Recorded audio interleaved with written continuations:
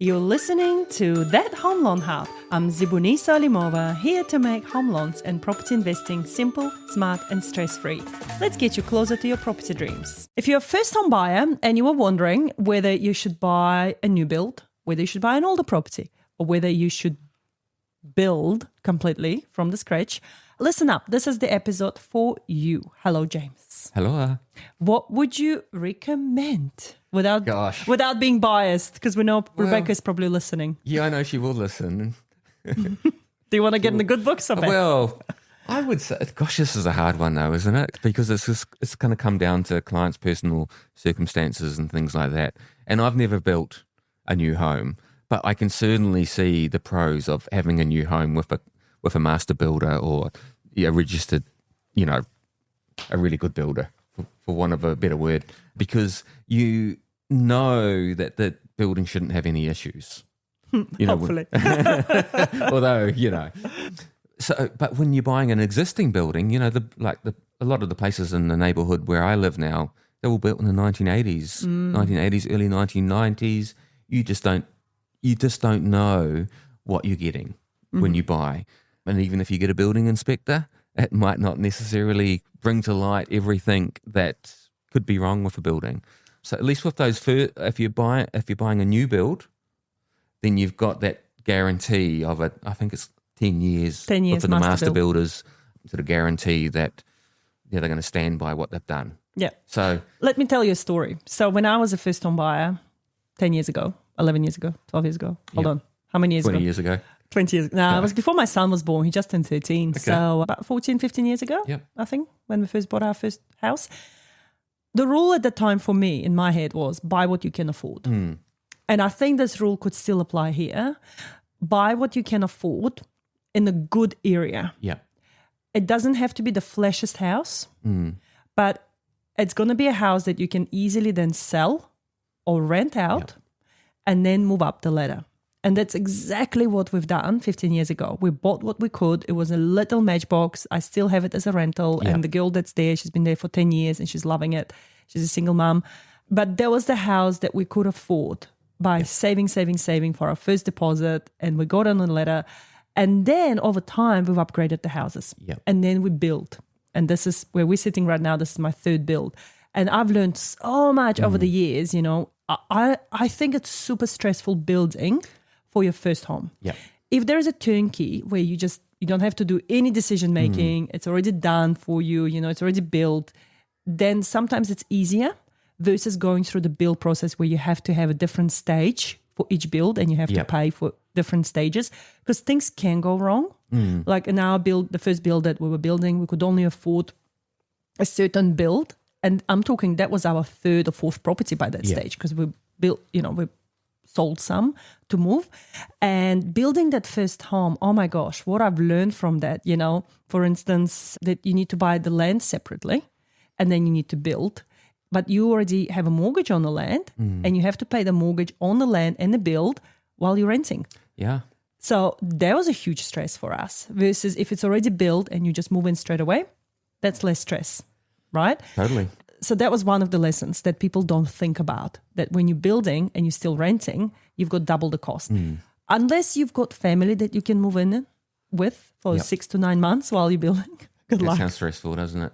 Good luck to that relationship. So especially when you have young kids. That is what a lot of people do though. When they get halfway through the build, they do see if they can jump in with family for 3 or 4 months. Yeah, so let's break it down again. I'll just step back a little bit. So as a first-time buyer, if you're looking to buy an existing property, so it's second-hand property, someone already lived in it. Sometimes it's easier because you see exactly what you get. It's already there. It's been through winter and summer and spring and autumn. It's been through the earthquake. It's been through the floods. So you sort of know all the ills and chills of that house. You know what you're getting yourself into. Sometimes you may not fully know, but on the surface you may know, right? Overall. And you might get builder's inspection, and usually those builder's inspection reports are on point, and you know exactly what you're getting into. That's option one. It's the most cheapest option because you get in, you already have a house, and that might be your house that you will sell down the track, move on to the next one. Then option number two, the turnkeys. as I say, you see a development, they already built those houses. Those houses are just sitting there, brand new, off the shelf. You can come in, you can see the house. Again, you're seeing what you're buying, and you could just move in straight away, right? It's ready for you. That feels like quite a nice option, actually. That's an amazing option, but often it may be more expensive, right? We're talking a couple of $100Ks more sometimes, depends on the region.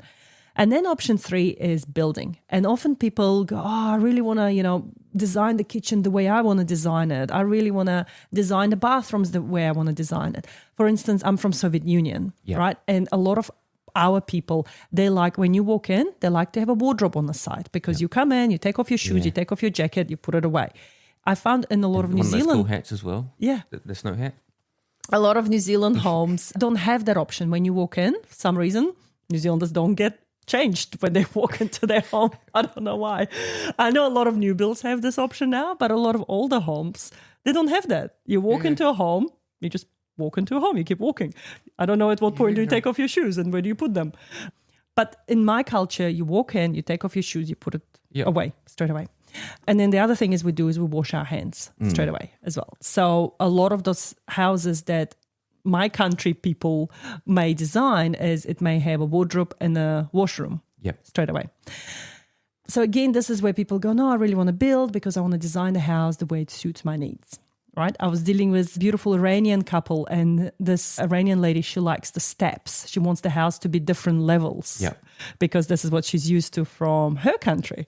And designing that sort of house would have been so expensive because if you change levels of your house, if you're not building a leveled house, again, that costs money, but she needed that change. She really was adamant. She wanted a transition between a living room to the kitchen and the kitchen to the bedroom. It all had to be different levels. Our place is very much like that. There's like 4 different levels. It's not a 4-storied house, but there's 4 different levels. Might be an Iranian person designing that. It's cool. I mean, it's good if you like a bit of exercise. The other thing I was just thinking, I've forgotten what I was going to say, but done. So anyway, carry on. So you just got to watch out, like if you want to build a house, that's cool, but you're just going to have the con to that will be paying your rent, paying your mortgage while you're doing this.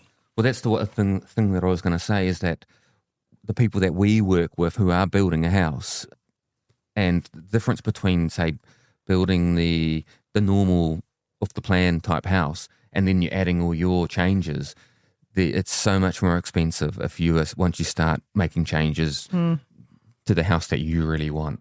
So there is a couple of different tiers that you can do within building your own house. Yeah. And the other thing, just going back to what we were saying before, is if you are a first home buyer, I don't think you need to be going into that with you buying your dream house at the beginning, like what you were saying, because you know it's a stepping stone, right? You just need to get into the market, make sure you buy a structurally sound house that you, as you say, is going to be resellable in an okay area, and then you slowly move towards what you want as you get older and as your needs sort of change. Yeah, absolutely. And remember, there are also different rules apply. For instance, if you're buying your first home and it's an existing property, we can get in with as little as 5% deposit. But if you're building, the deposit has to be at least 10 to 15%. So this is where you could also, see, do you want to buy right now, move in right now, or do you want to wait a little bit, but then the market might change with you? Yeah. So. And then if you wait too long, you might need a bigger deposit, right? And how long is it going to take you to save that extra deposit? Exactly. And house prices are moving. Exactly. Awesome, guys. Well, I hope this has been valuable to you. If you want us to cover anything else, let us know. But again, everyone's situation is different. This is not a financial advice, and we highly encourage you to reach out to us direct to run through your scenario and determine which option would suit you best. Until next time. And that's a wrap on That Home Loan Hub. Don't forget to hit subscribe and join me next time for more property tips and tricks. Your next smart move starts here.